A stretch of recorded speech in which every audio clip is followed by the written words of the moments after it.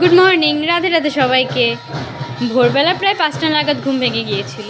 ছাদে একটু হাঁটাহাঁটি করছিলাম, তার মধ্যেই আবৃত্তির কান্নার আওয়াজ। তারপর নিচে নেমে ওকে নিয়ে ছাদে চলে গেলাম। ছাদে গিয়ে ওকে দেখাচ্ছিলাম পাখি উড়ছিল, মাঠে প্যান্ডেল হচ্ছিল কীর্তনের জন্য, সেসবই দেখাচ্ছিলাম ওকে। দেখাতে দেখাতেই আবার চলে গেলাম নিচে।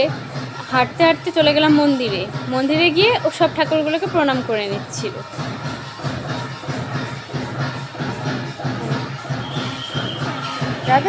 তারপর বাড়িতে এসে আমি চা বিস্কিট খেয়ে নিয়েছিলাম, ও আবার ঘুমিয়ে পড়েছিল।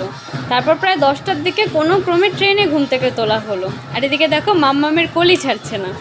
তারপর নিয়ে যাওয়া হলো ব্রাশ করতে, কোনোভাবে বলে শোলে ব্রাশ করানো হলো। তারপর স্নান করিয়ে ওই যে মাঠে কীর্তন আছে যেহেতু, ওর দাবি ছিল নতুন জামা পরবে। আর দেখো নতুন জামা পরে কত খুশি, নেচেই যাচ্ছে। জামা ফ্রক পরলে খুব খুশি হয়ে যায়। তারপর আমি স্নান করে রেডি হয়ে খেয়ে নিচ্ছিলাম। ছিল ঢ্যাঁড়স সিদ্ধ, আলুর তরকারি,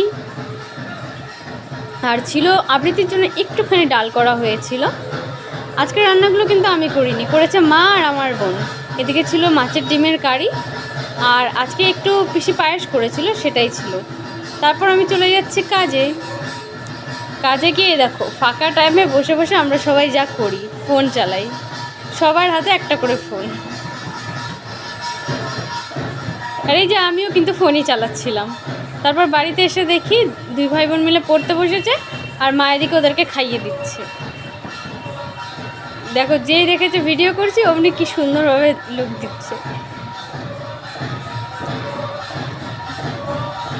ওরা খেতে খেতে টমটম কিন্তু খেতে খেতেই পড়াশোনা করছিল। তারপর টমটম বললো ঢোলটা নামিয়ে দিতে, নামিয়ে দিলাম। তারপর ঢোল বাজাচ্ছিল পুরো। তারপর আমার ভাই ওকে রেডি করিয়ে দিচ্ছিল। সকাল থেকে বায়না লেহেঙ্গা পরবে, এই লেহেঙ্গাটা পরিয়ে ভাই রেডি করে দিচ্ছিল। বাইরে বেলুনের দোকান ছিল, তাই পিসি নিয়ে চলে গেছিলো ওকে বেলুন কিনে দিতে। এই যে সবাই হরিবলের দল নাচ করছিল, ডাঙ্কা বাজাচ্ছিল।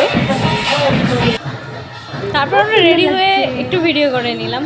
দেখো সবাই আমাদের কেমন লাগছে। আবৃত্তি হেয়ার বেল্ট পরেছিল, কিন্তু হেয়ার বেল্টটা মাথায় রাখতে চাইছিল না, তাই আবার খুলে দিল।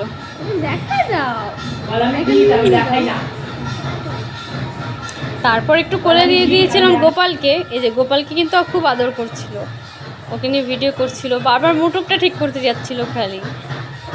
দেখো কত আদর করে ধরেছে গোপালকে। তারপর মাঠে নিয়ে চলে গেছিলাম। এই যে মাঠে গিয়ে দৌড়ে দৌড়ে বেড়াচ্ছে, যেদিকে দেখছে দোকান সেদিকে। এই যে দেখে নাও আরেকবার হরিবলের দল, সবাই ডাঙ্গা বাজাচ্ছিল। আজকে কিন্তু অনেকগুলো দল এসেছিল একের পরে।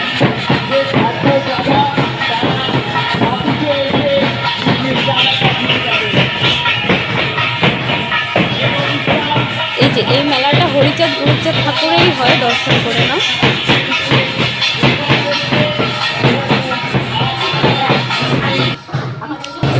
ব্লগটা এখানেই শেষ করছি, দেখা হচ্ছে নেক্সট ব্লগে।